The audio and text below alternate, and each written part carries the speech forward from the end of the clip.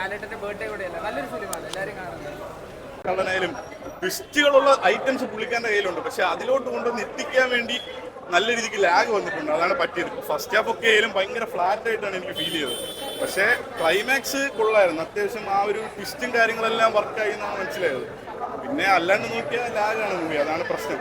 കുറച്ച് fun, comedy അങ്ങനത്തെ സാധനങ്ങളെല്ലാം ഇൻക്ലൂഡ് ചെയ്തിട്ടുണ്ട് മൂവിയിൽ. പിന്നെ ഫോർത്ത് പാർട്ടിലോട്ടുള്ള ഒരു ഹിന്റും ഇട്ടിട്ടുണ്ട്. അങ്ങനെയാണ് മൂവി ക്ലോസ് ചെയ്യുന്നത്. എന്തായാലും ഒരു വൺ ടൈം വാച്ചബിൾ ആയിട്ട് തോന്നി. പള്ളി അറിഞ്ഞു പള്ളി പറഞ്ഞാൽ നമ്മളൊരു സീറ്റ് അടിച്ച് ത്രില്ലർ എന്ന് പറഞ്ഞാൽ ഇതാണ് പടം. അടിപൊളി പടം. പടം ആവറേജ് ആണെങ്കിലും സ്റ്റോറി അല്ലെങ്കിൽ മേക്കിംഗ് അടിപൊളിയാണ്. പറയാതിരിക്കാൻ പറ്റില്ല. കാരണം മേക്കിങ്ങും അതിന്റെ ഓരോ ക്യാമറ സീൻസും എല്ലാം അടിപൊളിയാണ്.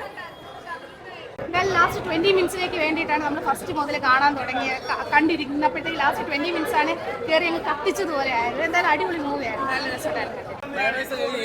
ഒരു ഒറ്റ ലൈൻ പറഞ്ഞു കഴിഞ്ഞാൽ പ്രഭാകരനെ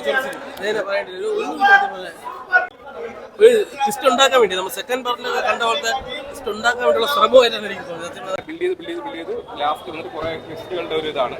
അങ്ങനെ തന്നെയാണ് പോയിട്ടുള്ളത്. കിട്ടില്ല. അതായത് ഇതുവരെയുള്ള ജോർജ് കുട്ടി എന്ന് പറഞ്ഞൊരു ക്യാരക്ടറിൽ നിന്ന് എക്സ്പെക്ട് ചെയ്യാത്ത പലതും ഇതിൻ്റെ അകത്തുണ്ട്. ഒരിക്കലും എക്സ്പെക്ട് ചെയ്യാൻ പറ്റാത്ത പലതും ഉണ്ട്. വളരെ ഇഷ്ടപ്പെട്ടു. നല്ല പടം. 1 and 2 ആയിട്ട് വലിയ രീതിയിൽ കമ്പാരിസണിൽ വരണ്ട.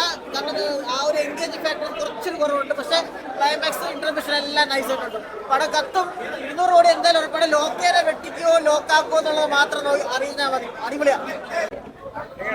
കൊള്ളാം.